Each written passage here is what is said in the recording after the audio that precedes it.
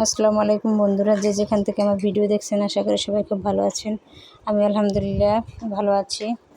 তো আমি ভোরবেলা ঘুম থেকে উঠে নামাজ পড়ে সাথে সাথে পাকঘরে চলে আসলাম সকালে নাস্তা বানানোর জন্য।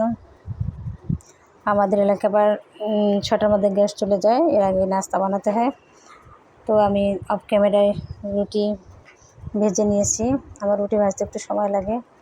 আমার রুটিগুলো পাতলা এবং গোল না হলে মেয়ের বাবা খেতে চায় না। তো রুটি ভাজার পরে এখানে আমি সবজি ভাজি করার জন্য আলু আর বরবটি ছোটো করে কেটে নিয়েছি। এর মধ্যে সামান্য পরিমাণে হলুদ আর পরিমাণ মতো লবণ দিয়ে দিছি।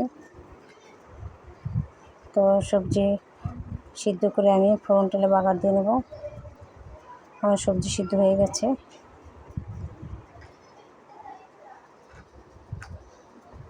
এবার আমি সবজিটাকে বাগার দিয়ে নেব। সবজি বাগারের জন্য আমি প্রথমে তেলের মধ্যে রসুন কুচি দিয়ে দিলাম। রসুন কুচিটা একটু ভেজে এর মধ্যে পেঁয়াজ কুচি দিয়ে দিলাম। রসুন কুচিটা একটু লাল লাল করে ভেজে নিলে খাবার সময় দাঁতের নিচে পড়লে খুব ভালো লাগে, ফ্লেভারটা খুব ভালো আসে। এর জন্য আমি রসুনটা সবসময় আগে ভেজে নিই। পেঁয়াজের সাথে ভাজলে রসুনটা ভাজা হয় না। তো আমার সবজি ভাজা হয়ে গেল। এবার আমি মেয়ের বাবাকে রুটি খেতে দেবো সবজি দিয়ে।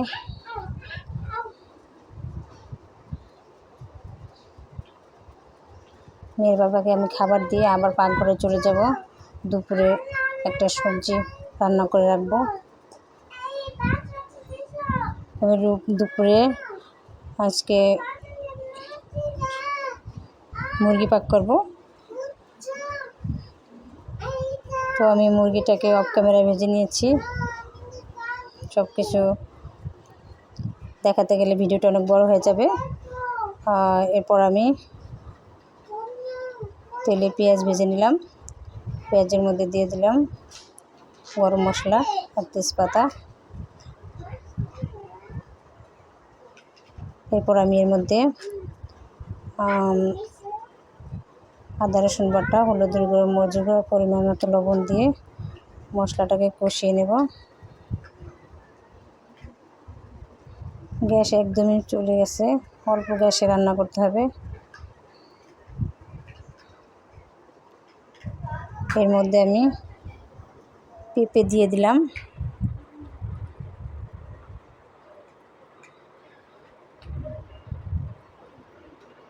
আমি আলু আর মুরগির মাংস অফ ক্যামেরায় ভেজে রেখেছি।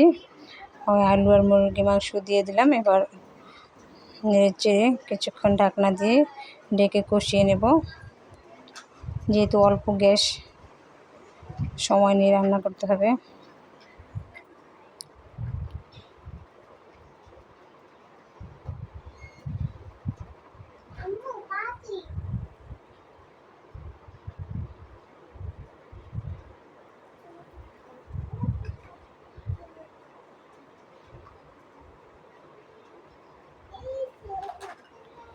আমাদের এলাকায় কয়েক মাস ধরে গ্যাসের সমস্যা চলতেছে। জানি না এই গ্যাসের সংকট কবে সমাধান হবে। রান্না করতে আসলে খুবই খারাপ লাগে যখন গ্যাস চলে যায়। তো আমি মাংস আর সবজি কষিয়ে নেওয়ার পর গরম পানি দিয়ে দিয়েছিলাম।